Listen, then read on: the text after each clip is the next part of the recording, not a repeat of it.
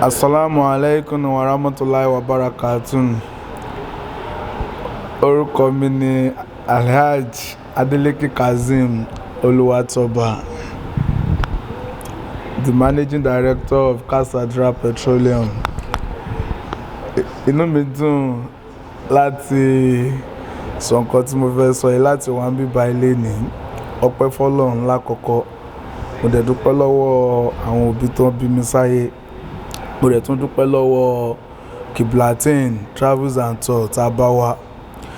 Inú mi dẹ̀ tún dùn pé bá ṣe pọ̀ tó kò sẹ́ni kankan tó ever regret pé òun bá Qiblatay'n pé àwọn bá wọn da owó papọ̀.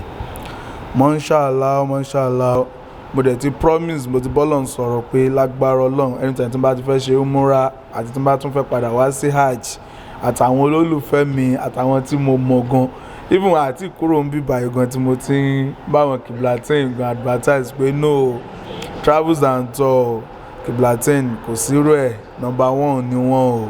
Wọ́n try gan, even kò sẹ́ni kankan tó lè sọ pé bóyá òun wá oúnjẹ Nàìjíríà káàkiri nínú wa. Oúnjẹ Nàìjíríà la jẹ títí tá a ṣe kúrò throughout both Hajj àtìgbà tá a tún wà ní Medina nígbà tá a wà ní Mecca náà. Oúnjẹ Nàìjíríà là ń jẹ.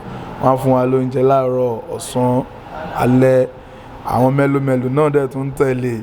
So fún ìdí èyí ẹ jọ̀ọ́ nítorí Ọlọ́run ẹlòmíì náà tó bá tún fẹ́ wá kó try kó darapọ̀ mọ́ Qiblatay'n. Wọ́n ṣe bá dòwò papọ̀ #1 ni wọ́n nínú àwọn Travels and Tours ẹ̀fà tèmi ti ń gbọ́ orúkọ wọn. Tested and trusted ni wọ́n.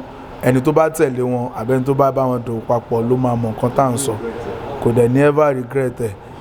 Ṣé ti gbọ́?